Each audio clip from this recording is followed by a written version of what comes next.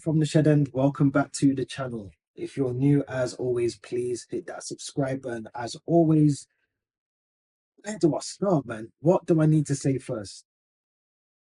First game of the season, Crystal Palace, Stamford Bridge, Romario's in the stands, Eden Hazard's in the stands, unveiling of the new banner above the stadium, world champions. A very strong starting lineup. I was confident going into the game. Confident. I thought this would be a game we should be winning, no problem. Even the news with Colwell, I wasn't concerned. I wasn't too taken back by it. I thought we've got Ashiempong. We know that Fafana's on the bench if we needed him. Because Maresca's picked the squad, I think, how he knows that the team's gonna be able to do well. Sanchez in goal, Reece James, Tosin out the game. Obviously, we knew that, but Trevor Chalobah, Josh Ashiempong coming in, Cucurella, Moises Caicedo, Enzo Fernandez. We knew that we were potentially going to see Jamie Gittins start that game on the left, which we did. Cole Palmer in the 10, Pedro Neto on the right, João Pedro up front. I have to be honest, that's the lineup that I went with. That's the lineup that I know many other Chelsea fans went with. They went with that lineup because we thought that that was going to be the lineup that was going to get us the 3 points. As the game started, first 10 minutes, you could see what Crystal Palace were on. 9 games, 9 wins for Crystal Palace, all comps. They're serious. They're a serious team. They came to Stamford Bridge. They put in a good shift, with and without the ball. With and without the ball, they made it difficult for us to transition the ball, move the ball around. It shouldn't have been that easy for them to get into our half, but it was. We made it so difficult for ourselves when we had the ball. We didn't transition it properly. It's more. The only thing I'll say about Maresca to start off with, in terms of what he probably could have done better, you've got to work on those. We've got no excuses now. We used to say Madweki was the problem. He's not here. I said on a couple of videos ago, Gittins has to get the opportunity to get the ball into the box and take on players. Already I'm seeing, and I said this the other week, he's giving me only Madweki vibes. He's giving me that kind of feeling that he knows how to take a player on, but he just won't do it. Very, very ineffective. Very, very ineffective from Jamie Gittins. The first game as a Chelsea player in a competitive game was not impressive him at all. We've got to talk about Enzo Fernandez. Now, I know that the players played the Club World Cup, a lot of games, got to the final, we won it. We've only had 2 pre-seasons. There's been a 3-week break or 2.5-week break in between the Club World Cup and those 2 pre-season games against Bayern Leverkusen and AC Milan. We looked poor. Enzo Fernandez just looked tired. First game of the season, and he looks like he's playing match day 37. He just looks tired, poor, misplacing of the passing. It wasn't good enough in that first half. It wasn't good enough in the first half. It was poor. And it wasn't just him. It wasn't just him. João Pedro, ineffective. I thought the 2, Chalobah was done well. I thought Chalobah played really well. I thought Achimpong had a good first half. Sanchez again, giving us the Sanchez that we know, the one that we were saying we do need to go and get Donnarumma, a goalkeeper of that level. Crystal Palace, credit to them, they played very, very well the first half.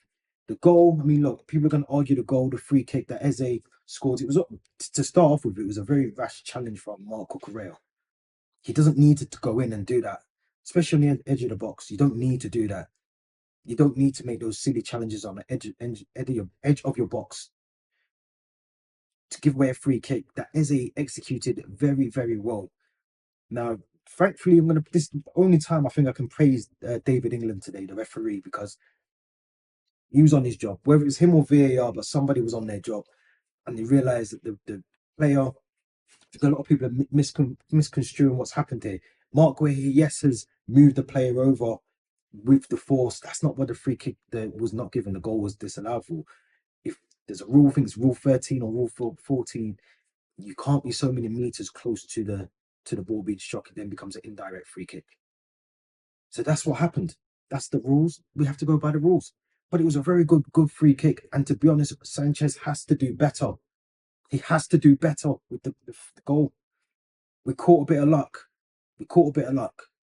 Second half, I can't believe the second half, because the second half you expect Chelsea to come out a little bit better. No subs, which is fair enough, because I look at our bench and I think, who can we bring on? Who's probably the best player that we bring on? You're looking at maybe, I don't know, Estevao comes on, Liam Delap would have come on eventually, which they did. Then you have Malagusto, Andre Santos needed to come into the game. We picked things up slowly, very, very slowly again. There wasn't enough in there for me. We should have taken that game by the scruff of our necks. Said, actually, this is what we need to do. We need to get that early goal. Calm down the pressure, calm down the nerves.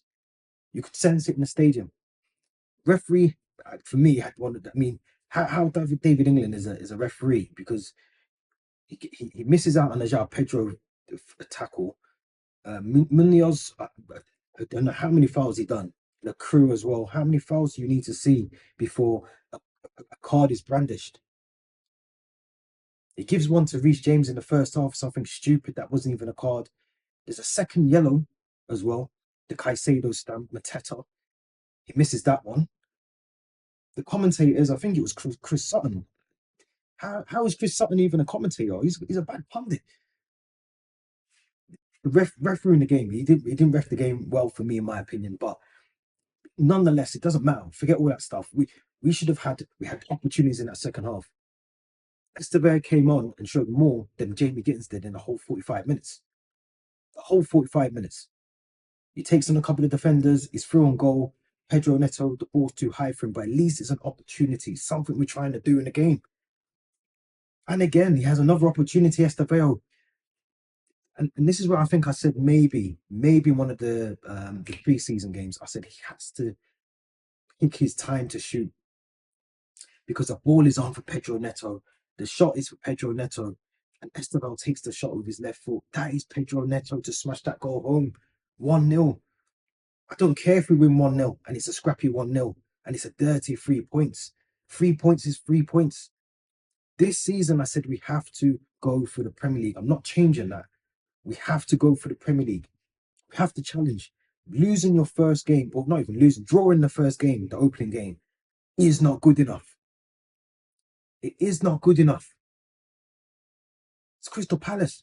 No disrespect to them, but we should be beating them. We should be beating them. Fair and square. Andre Santos, very late into the game, has a chance. He skies it. He's not even being marked. It's a free chance. You have to take those chances. You have to take them. João Pedro, Liam Delap, they're both fighting it out for number 9 position. Today, neither of them deserved it.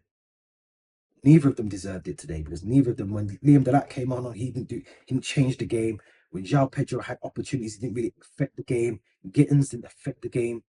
So I'm going to put this one down to sluggish, fatigue, not having the best time to prepare for the start of the season. There can be no excuses. There can be no excuses for this game. We should have won. We should have won the game. It's as simple as that. You go into this first game of the season. You don't want to be dropping points in your first game of the season. Liverpool winning. You got United and Arsenal kicking off as I'm recording this. You do not want to be chasing points from the very first game of the season. And this was there for us to win. This was there. If you go and check the stats, I'm not going to read them out, but if you go and check the stats, we could have won the game very, very easily, because a lot of the things that Crystal Palace done was without the ball. Defended very well, kept it compact, all compact into their own half. Hard for us to break down. Everything they've done without the ball is why we didn't score today. Not because we didn't get the chances. We got so many chances. So many chances. But when you play a team like Crystal Palace, they're going to make it difficult. And maybe that's why we need a Xavi Simons. Maybe that's why we need him.